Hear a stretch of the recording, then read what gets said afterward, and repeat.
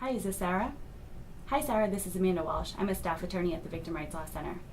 How are you doing? I received your message on our intake line and I just wanted to follow up.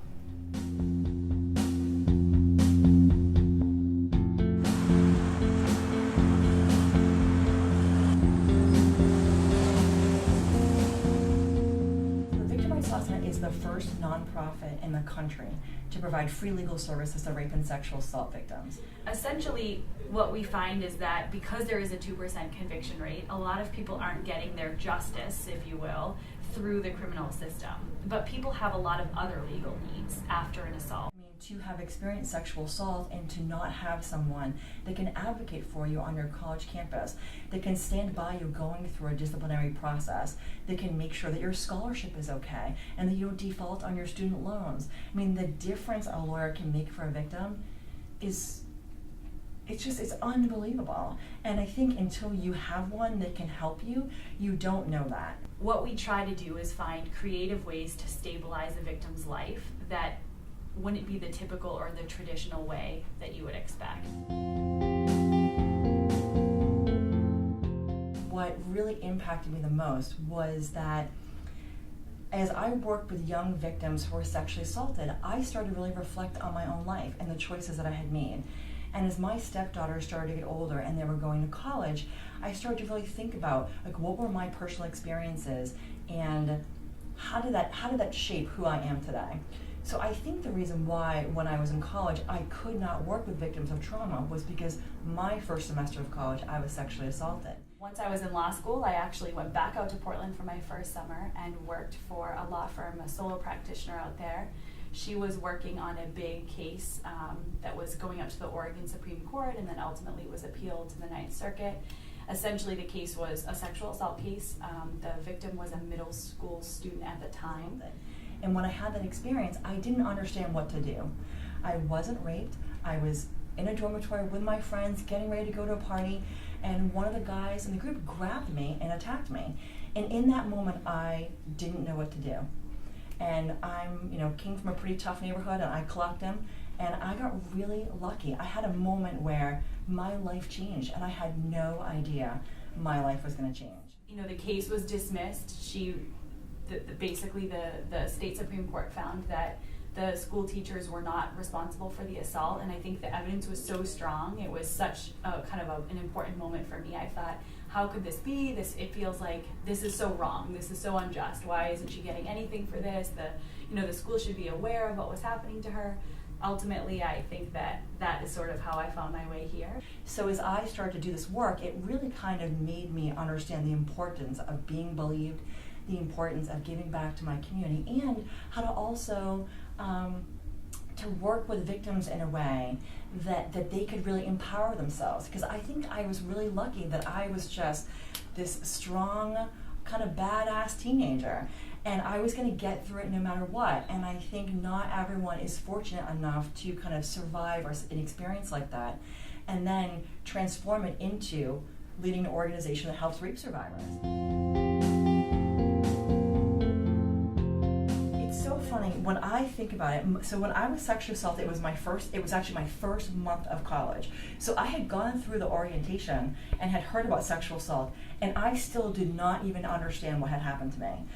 We actually got rape whistles. It was so back old school that we had rape whistles, and I didn't even know what that meant. I don't know. I was sort of living in my own world where sexual assault didn't happen, or at least I was hoping it didn't happen. It felt so separate from my life, which is funny to think about now. I really can't think of a single time. I remember a little bit of one event. There was a sort of a take back the night, and it was sort of like happening on the periphery. It was sort of something going on in the quad, and I saw some signs, but never something that I was drawn to, which I'm sort of embarrassed to say.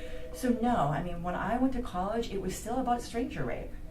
And now it is, I think, changing toward people understanding that it's much more about acquaintance rape. It's not about my boyfriend raped me or a stranger was in the bushes, but it's anyone in my community that I know. It could be a teaching assistant, it could be a professor, it could be someone in my dorm, it could be a classmate, it could be the person working security in my building. So I think it's changing a little bit more, but there still is this just myth of stranger rape. And that is what I experienced, was that someone was going to jump out of the bushes and rape me. And it wasn't the case, right? It was someone in my group of friends that night who saw that I had walked by myself down the hallway, and it was really quiet, and targeted me in that moment. Our organization we are kind of helping to spread the word, both on a national level with training, and then also kind of on the ground level, which is, this is going on at your school, this is going on, for the people around you. And when people hear the statistics, you see people start to look around a room and think, well, if it's 1 in 4 or 1 in 5 or 1 in 6, depending on what statistic you're looking at, you just think, well, even if it's 1 in 10, I'm looking around this room thinking, there is definitely a few people in this room who've been impacted. And when you think about the fact that most sexual violence happens to individuals under 24, college campuses are an environment where so much sexual violence is occurring. So you can really, if you can change what happens on a college campus, it's a microcosm of our society. So it's a really amazing opportunity, I think, for lawyers, for advocates, and for survivors on their college campuses to make change.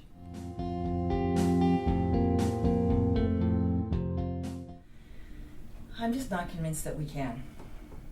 I think that all the research that I read, all of the rapists that I've had to cross paths with, I think that there is something wrong with them. I think that if we stop them from raping one person, they're just going to find somebody else to target and rape. So I think when I think about prevention, I try to think about, how do we change this world that we live in?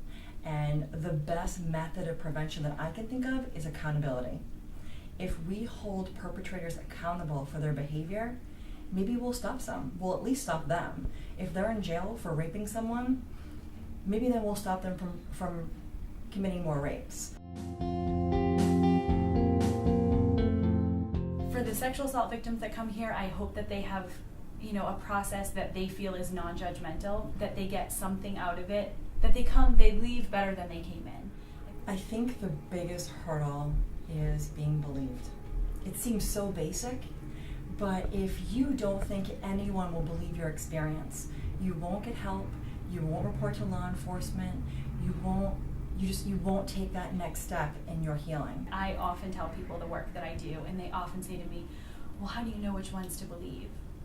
And I think, well, I believe them all unless I've been given a reason not to. And I think that it is such a big societal problem that no matter how much we tell someone we believe them, that if their family doesn't believe them, if their friends don't believe them, if a prosecutor won't believe them to even prosecute the case, then that is the most enormous hurdle.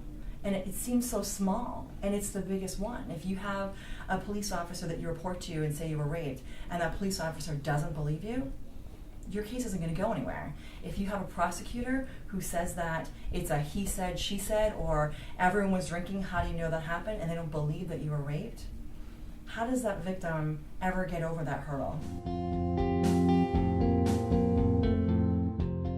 most compelling for me was a student who had left for a semester.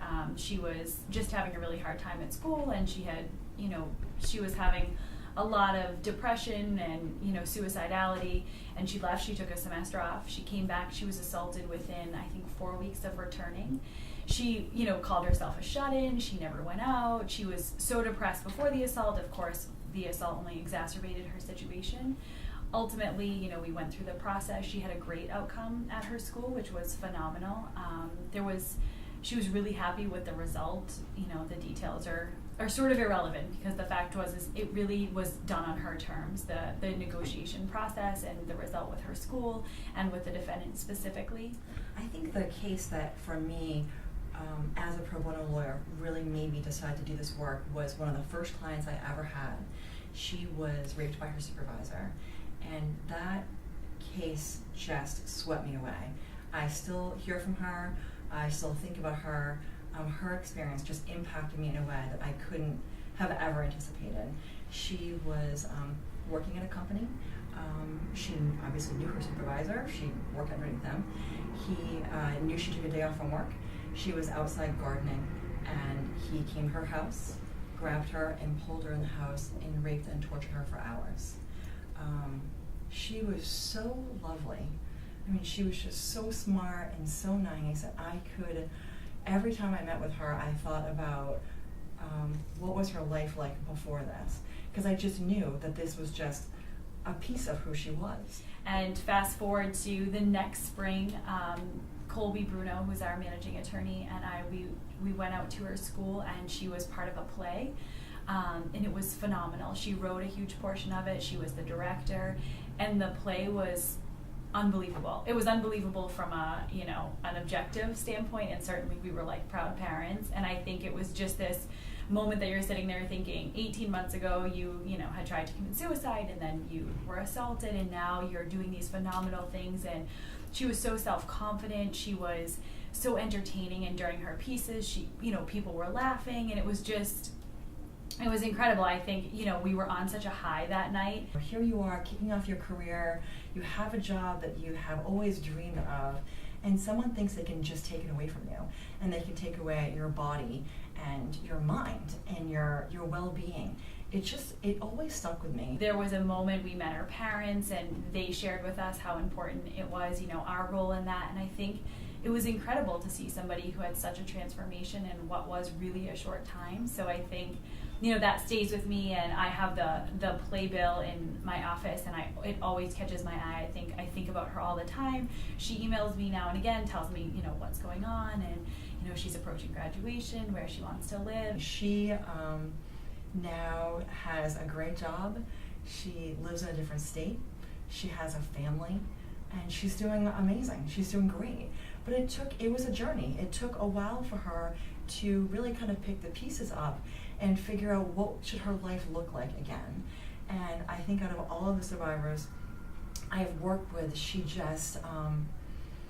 I just really related to her, and she just really touched me in such a special way. She had knitted mittens for me and another attorney, and she was such a little woman, and when she gave me the mittens literally came up to my hands here. So I couldn't actually wear them, but I still have them, and that was like 8 years ago. And every winter when I take out all of my winter stuff, I keep those mittens with all of them, and it always makes me smile, because it made me see how being a lawyer, I could really help someone change their life. It was amazing. Easily one of the most wonderful people I've ever worked with, and one of the most important moments in my life.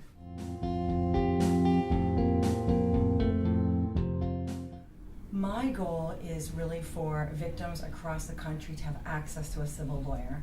I hope that one day that a rape survivor in Wisconsin, in Ohio, in Iowa, in New Hampshire can have access to an attorney, just like in Massachusetts and Oregon, a survivor will have access to a VRLC attorney. So that is my goal, is one victim, one lawyer. But I think for me, just to be a small part of a larger movement that makes any progress in kind of the realm of sexual assault and victims, and coming forward and changing the stigma, changing it to a place where we do believe somebody, just like we do of victims of other crimes. Oh, you were mugged, okay, we believe you. If I can be any tiny part of getting us closer to that, I think that it's very worthwhile for me to be here. I think that we are on the cusp of a culture shift. I felt it probably the last 3 years. And what we're seeing is that there is more media about sexual assault, there are more victims coming forward, there's a little bit more prosecution, colleges are responding, maybe not better, but at least they're responding to sexual assault.